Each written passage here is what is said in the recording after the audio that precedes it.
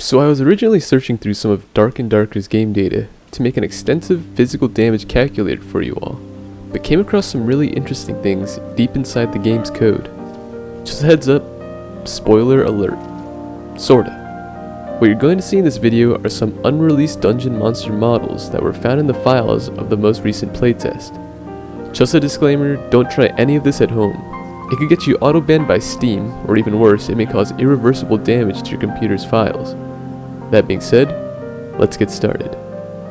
If you navigate through the file hierarchy into the Dungeon Character Monsters folder, you'll see the names of all your familiar dungeon and infernal level mobs, such as the Death Beetle, Cave Troll, and the Mummy, as well as certain collections of units such as the Goblins and Skeletons.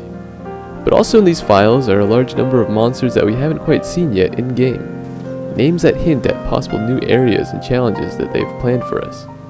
Let's start with taking a look at the folder named Web Spider. At first, I thought this would just be a retexture or a more elite version of the Spider Mummy that we're all familiar with, but it looks like it's a completely new model of its own. It also has a unique moveset that is independent of typical dungeon monster AI, such as dodging, jumping, and casting. Probably a reference to web shooting if I had to guess. It doesn't seem like this would be an Inferno level or Hell level monster from the design, and with this much progress complete on it, it wouldn't make sense for the team to leave it out of the dungeon level or the Goblin Caves, which leads me to think that this monster may make an appearance somewhere in B1, the game's in development starting area, which we know is going to be somewhere that leads into the dungeon level. The next unreleased monster we're looking at is the Undead Knight, not to be confused with the already in-game Skeleton Champion.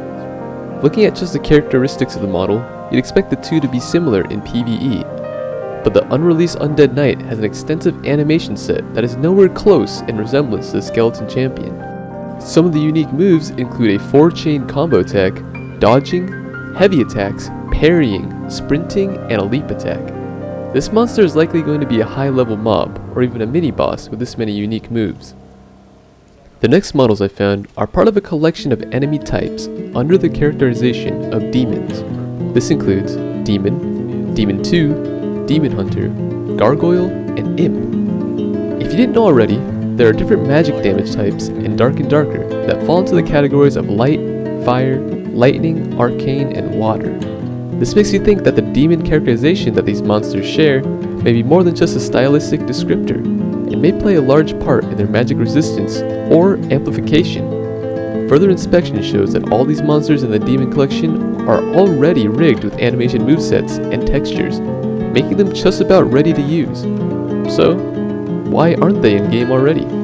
One theory could be that the Inferno level is already far too crowded with unique mobs, and this collection was benched, as it didn't really add that much more value to the level. We find a similar case in the past with the lava enemy, which appeared in playtest too, but has since then been removed. References to the model can still be found in the game's data, however, only because it was once part of the game. Another theory, which is supported by the dev team's Q&A responses, is that these demon monsters will appear in a new, more challenging level that builds off the themes we find in Inferno.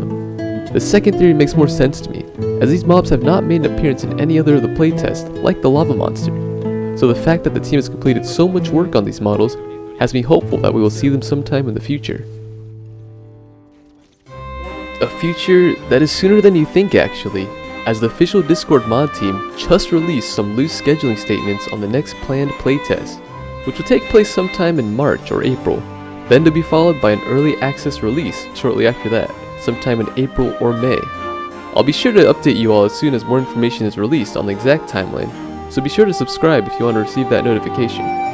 The next video I have planned revolves around more concrete data, and it will explore the calculations done for physical damage and its modifiers, so you're going to know exactly how to build your gear and weapon perks the way you want to by the start of next playtest, Playtest 5.